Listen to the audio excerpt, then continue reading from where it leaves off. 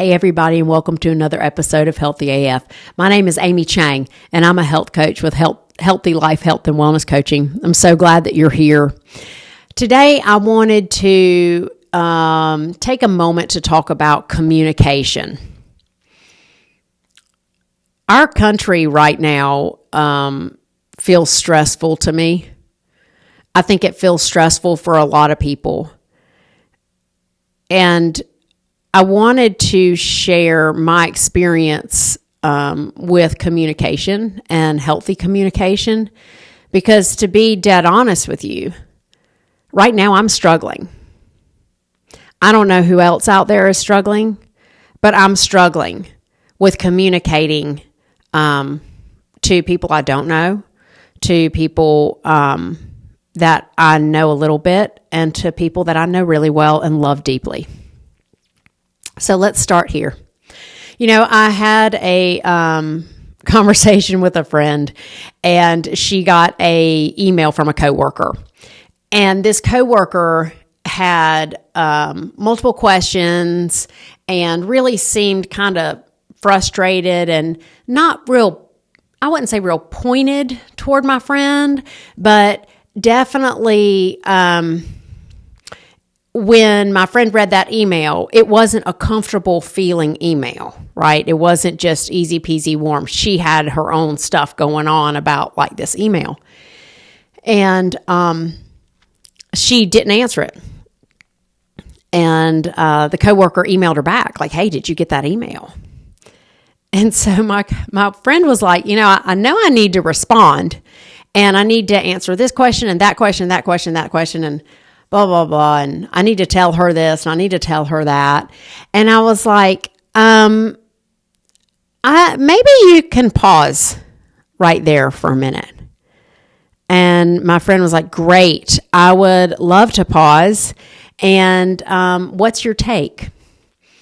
And so I said, well, if you read her email again, and we did, the coworker had sent her an email. And if I were going to break it down into like two little sentences, she's unsure and doesn't know what's going on. And she wants some clarity. That's all those two emails really said. They were long emails. And when we could look at that, then my friend could actually acknowledge what her coworker's message was actually about. Like, hey, I get that there's a lot of uncertainty and newness here.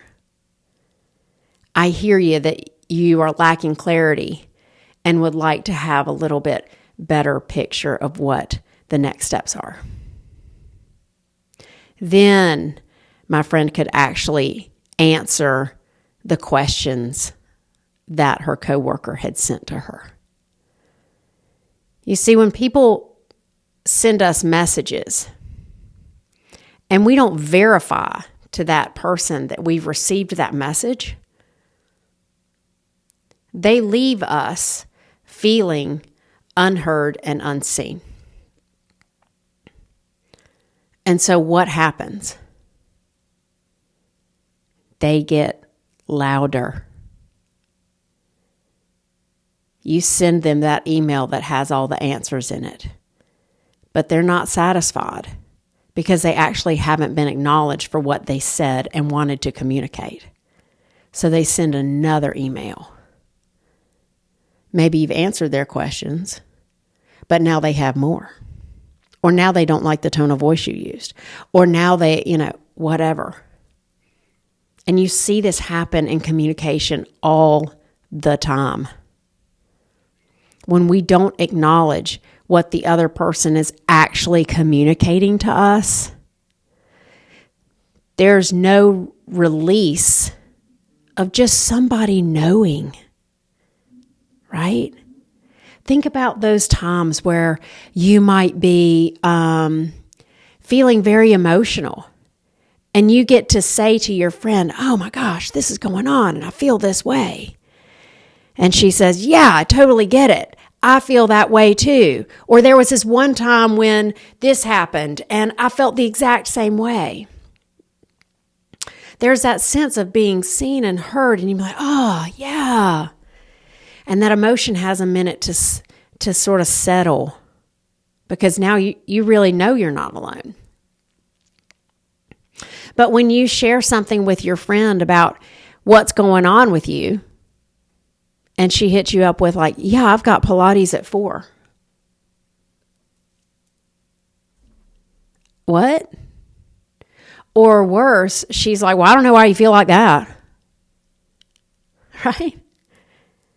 Well, I'll tell you why I feel like that. And then there's like, another 20-minute conversation on how I'm right to feel the way I feel, because I haven't been heard.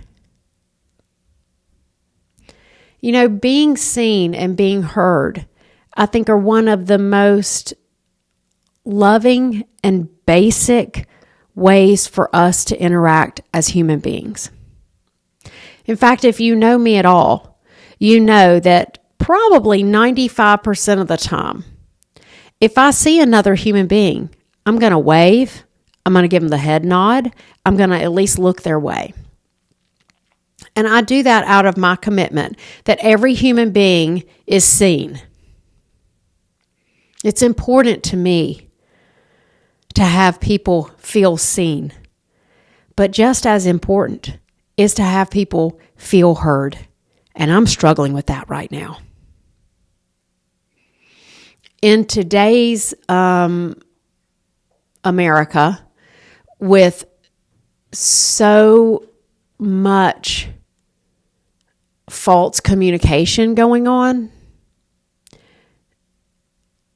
what I want to do is I want to be heard. Let me tell you how that plays out.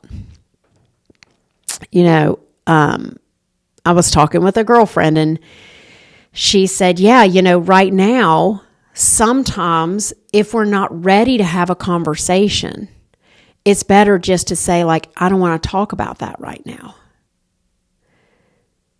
But the reality is that I don't want to listen about that right now.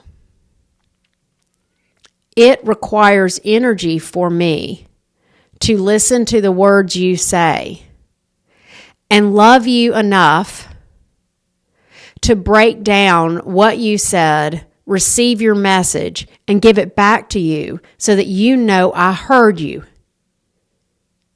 That requires energy, and it's a form of love. And right now, I'm struggling to do that. Now, I do it in my work every day. It's one of the biggest blessings that I can provide for my clients.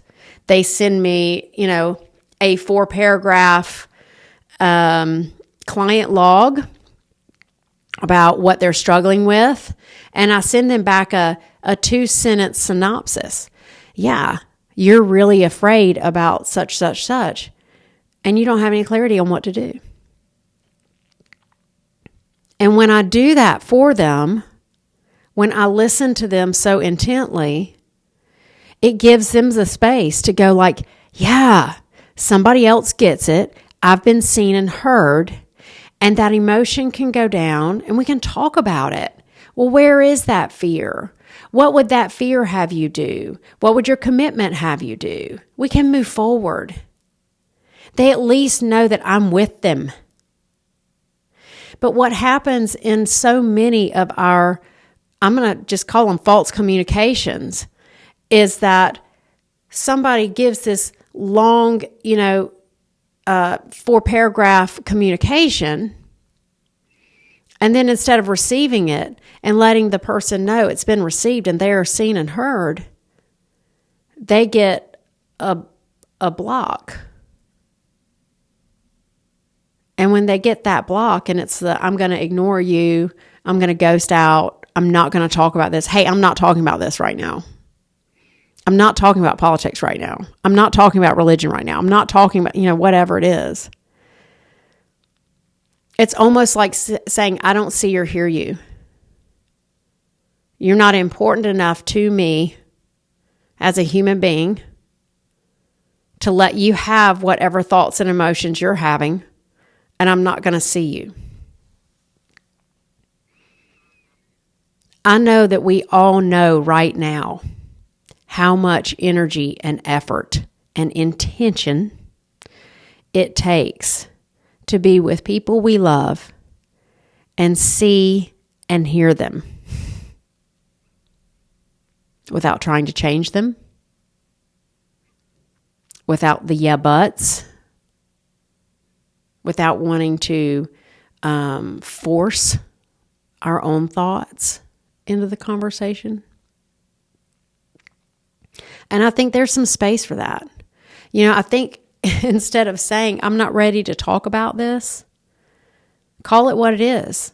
I'm not ready to listen the way I want to listen to you right now. I want to listen to you with love and openness and curiosity. And I don't have that right now. Can we check back in 2 days? I need to go take care of myself so that I can cultivate that energy. It might be a massage. It might be a call to a friend. It might be meditation. It might be prayer, and more prayer. I have some friends who are very close to me that I've been avoiding, and I need to clean that up because it's not okay. And I'll be taking care of that this afternoon so that I can let them know, hey, I love you, and this is hard for me right now, and I want to have the energy to listen to you. I think I'm going to leave you with that right there. Where are you ready to listen? Not talk, but listen. Because without the talking and the listening, we're not communicating. We're just all saying what it is for us. Give yourself and everyone in your life, please, a lot of grace. And I'll be right here waiting for you next week on Healthy AF.